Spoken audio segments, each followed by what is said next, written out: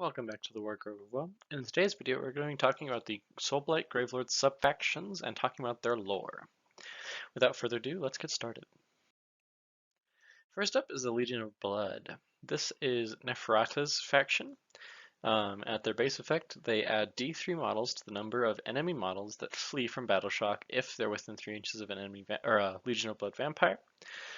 But more importantly, they ignore negative modifiers to hit and wound for friendly death rattles if they are wholly within 12 inches of a vampire or 18 inches of a vampire general. This is really powerful, and their legion will focus fairly heavily around big blobs of death rattle skeletons. So how the various subfactions for Soulblight works is they have a set of command traits and artifacts to choose from instead of just one command trait, one artifact, and then a command ability. So for the command traits, they have a few really good ones and a few kind of meh ones. For starters, you can give your general 6 to hit explode, scoring 2 hits. You can give your general the -1 bravery aura to anything that he's in combat with. Rerolling charges for friendly units wholly within 12, which is really powerful. -1 to hit the general, which is good. 6 to wound, deal mortal wounds equal to the damage characteristic, which is good. And then 6-inch pile-in for friendly units wholly within 12, which is situationally okay. For artifacts, you have a 5-up deal mortal wounds equal to the damage characteristic of a melee weapon, which is good-ish. You can pick one enemy hero and roll a dice in your hero phase. If the dice is less than the battle round, you deal 1 mortal wound. Kind of underwhelming. Then you have a really powerful one. Once per game, stop an enemy hero from fighting that phase within 3 inches. This is super powerful. It can eventually nullify a really high priority target for one phase and let you kind of fight it at your own pace. And if you've ever seen some of my other videos like this, you know that I'm not a big fan of the once per battle ones unless they're very powerful, and this is one of those very powerful once per battle effects. Just a flat +1 to save, and then a 5+ spell unbind once per enemy hero phase. So kind of how it works is if a enemy spell goes off, you roll dice, and on a 5-up, it does not. And then once per battle, if an enemy wizard casts a spell, you can deal D3 mortal wounds, which is really bad since it's only once per battle. If it was just once per turn, that would be okay. But once per battle for not a lot of game is really bad. So the Legion of Blood, these are Neferata's personal legion, and they exemplify her political nature, let's say. They are very intrigue focused and very heavy on politics. And unlike a lot of undead, the Legion of Blood is very keen on learning, especially from Neferata. The Legion of Blood has vast libraries written by Neferata herself on how she's mastered intrigue and political scheming over her long life. So they're kind of a manipulative bunch, but most vampires are. They're just the most manipulative of them all. They have a heavy focus on death rattle blobs, manipulating various aspects of enemy heroes, and they have some pretty good command traits and artifacts. Overall, I give Legion of Blood a B ranking. Next up is the Legion of Night. This one is a little bit interesting. Their base effects are okay. They get a +1 to save for Death Rattle Skeletons and Deathwalkers in the first battle round, and you can set up units in reserve to come in from the board edge, which is fine. It kind of gives you a little bit of movement shenanigans. But the only reason I rank that so low is it can kind of be a little bit of a trap, whereas if you put too many key units in the reserve, it could mess up your game plan, or it could kind of really screw you over in ways that you weren't expecting, so it has a little bit of a higher skill ceiling. For command traits, you can deep strike instead of board edge for the set up units in reserve, so like your general can deep strike instead of board edge, which is kind of nice. +2 to run and charge, pretty good. No Battle Shark wholly within 12. This is fine, but undead have 10 bravery, so not as useful, but still nice. +1 to wound for this general's attacks, good. The next one is really good. If you can get it to go off, you get +1 attacks for all Legion of Night units wholly within 12 if the general slays a model. This can be really powerful, especially for like big blobs of Death Rattle or Death Walker or Dead Walkers, excuse me, to get a lot more mortal wounds off or other big things like that. The only thing is your general has to kill a model, so like if you're up against a lot of chaff infantry, that can be a good way to get this off. And then -1 to hit this general, or not -1 to hit, excuse me, -1 to wound the general that you put the command trait on. For artifacts, you got a +1 or +1 to hit and wound once per battle for the general. So kind of think of it as a another finest hour, just kind of another way to buff your dudes. Ignore rend on missile attacks. This is kind of good if very situational, because for starters, you need to be up against a pretty ranged focused army, and then the ranged focused army has to have some rend on their attack, on the ranged attacks. And rend on ranged attacks is a little bit more rare than rend on melee attacks. Then you have a once per battle, deal some mortal wounds. On a 2 to 5, it's D3. On a 6, it's D6. This is fine, but again, it's once per battle, and it's not overly impactful in my opinion. And it also is within 6 inches, so close range. 6 is to hit, deal 1 mortal wound in addition to everything else. Good. And then you have a +2 to cast for all Legion of Night wizards wholly within 12, but the bear can't move, run, charge, shoot, or fight until the next hero phase. So basically, the flavor of it is that whoever has this artifact is like carving a sigil into the ground, and so they're spending their time doing that, which gives the +2 to cast. Useful, but function like giving up a wizard or not a wizard, giving up a hero for an entire battle round just for +2 to cast is kind of bad. So unless you have a kind of a throwaway character you want to put this on, it's kind of meh in my opinion. And then the last one is pick one enemy hero, and then on a 5-up, you deal 1 mortal wound and you heal one wound, not mortal wound, excuse me, just 1 wound in each of your hero phases. Kind of unreliable on a 5-up, and it doesn't really do much. So the Legion of Night are the personal legion of Manfred von Karstein, and they specialize in terror and just raw military power. If you are unaware who Manfred is, he's kind of a big deal in the lore, is that he came from the world that was, and some could argue that he's the reason that the world that was blew up, because he killed Teclis, I believe it was, that was trying to stabilize the vortex. But anyway, he's kind of important. And in Age of Sigmar now, he rules over a vast pseudo-empire made of numerous petty vampire kingdoms that are granted a vast amount of autonomy as long as they remain unquestionably loyal to Manfred. So for tabletop, the Legion of Night has a fair amount of movement shenanigans with the board edge stuff, and they have good defense against a turn 1 Alpha Strike, which in the current meta is useful against like the Iron Jaws specifically.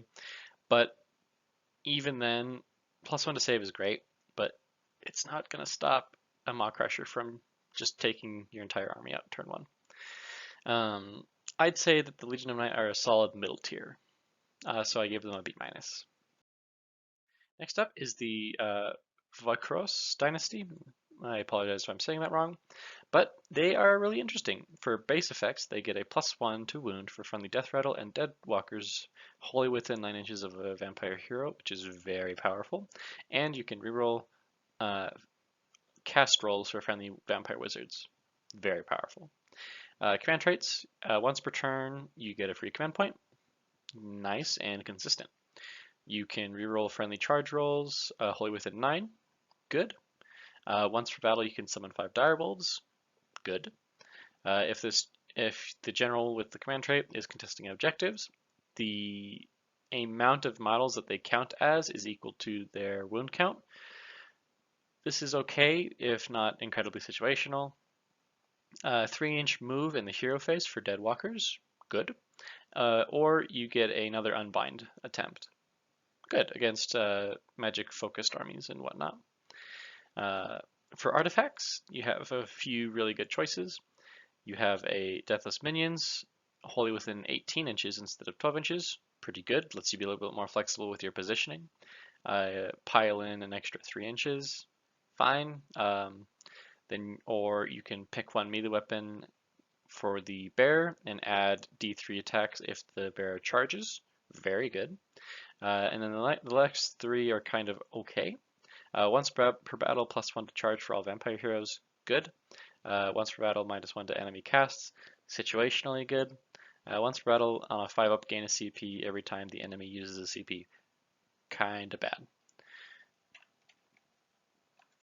So the Vyrkos are animalistic and strange to the other Soulblight Gravelords, and they maintain an outwards appearance of warrior kings or queens and nobility, but behind their outward appearance, they're nothing more than ravenous beasts, and their overall goal is they want to turn the mortal realms into their personal hunting grounds.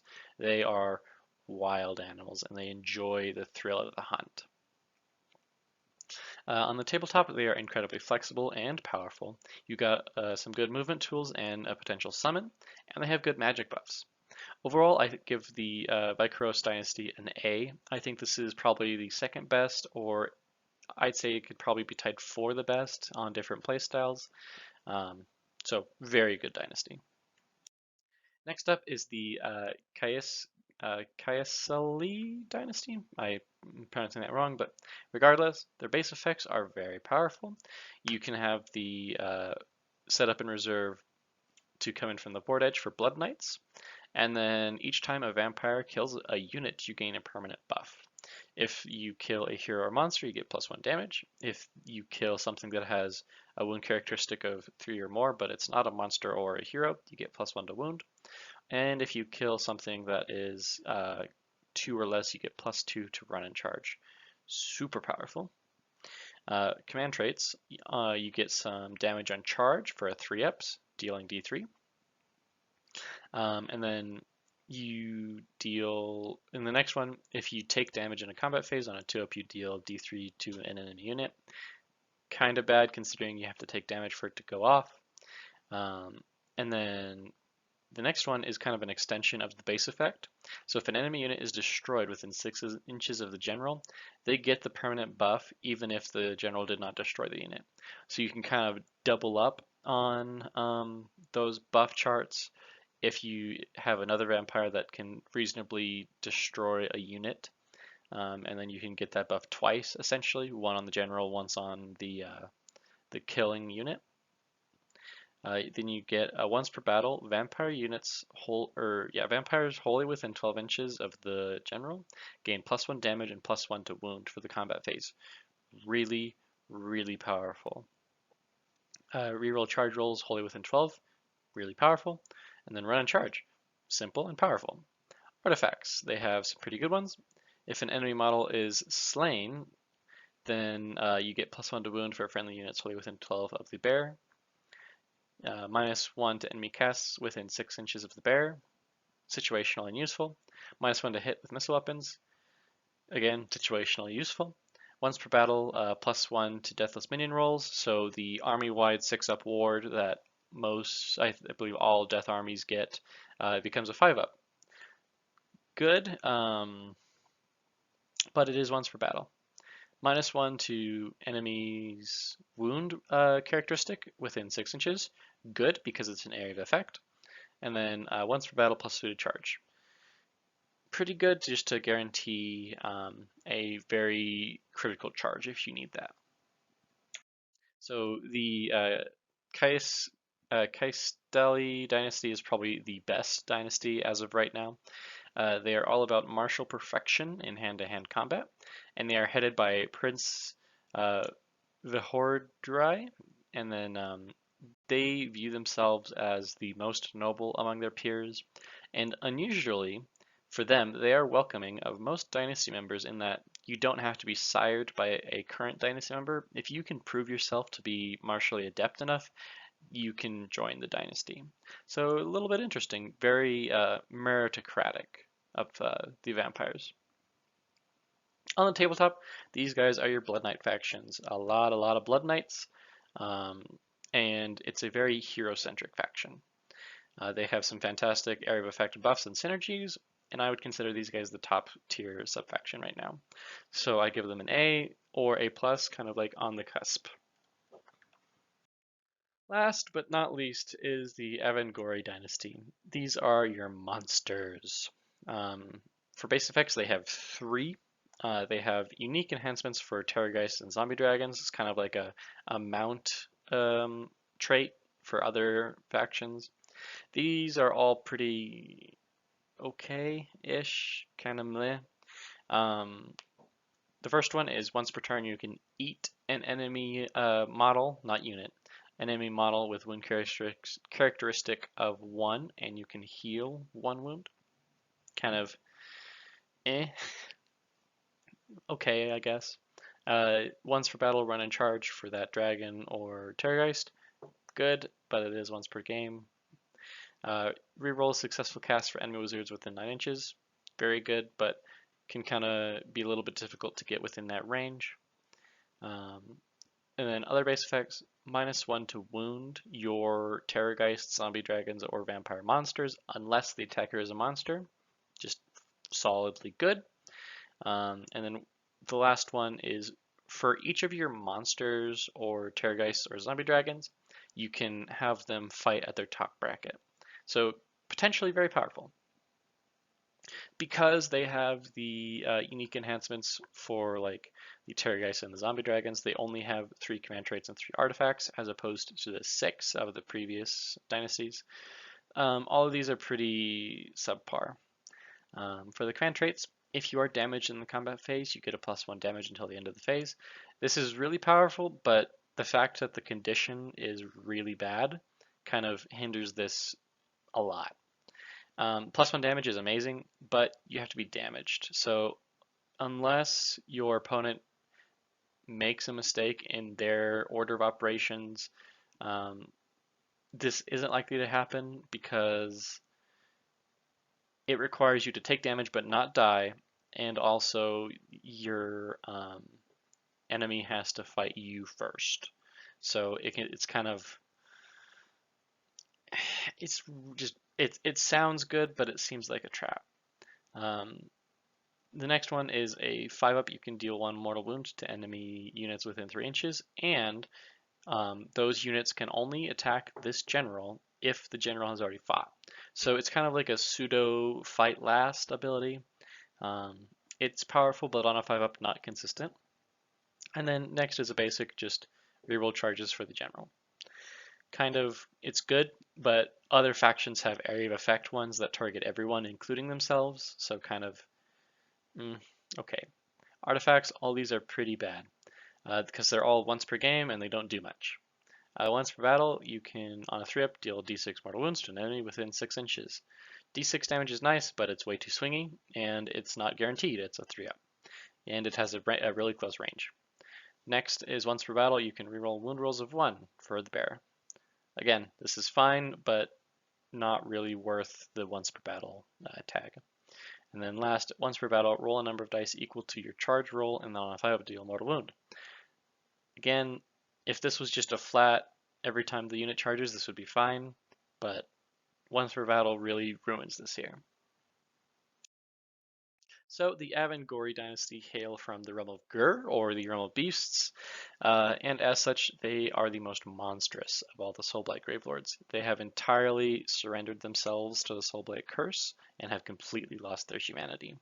Interestingly enough, they are the total opposites of the Vyrkos Dynasty because the Vyrkos seek to restrain their bestial nature, whereas these guys fully embrace it and just want to drench themselves in gore and desolation.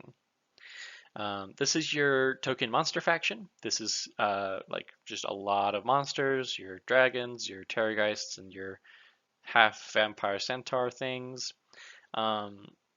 Unfortunately, though, the rules of this dynasty are fairly weak. I'd say they're the weakest of the subfactions, so you're going to be relying heavily on the base stats of your various big monsters. And as such, I kind of give them a borderline rating of a C plus or a B minus. They're still definitely viable, and you can make a monster faction work, but as compared to the other subfactions, they're kind of subpar. Well, that was the Soulblight Gravelords subfactions and their lore. If you enjoyed this video, please leave a like or a comment, and if you want to see more stuff like this, please consider subscribing. This has been the War Gravel, and I'll see you guys next time.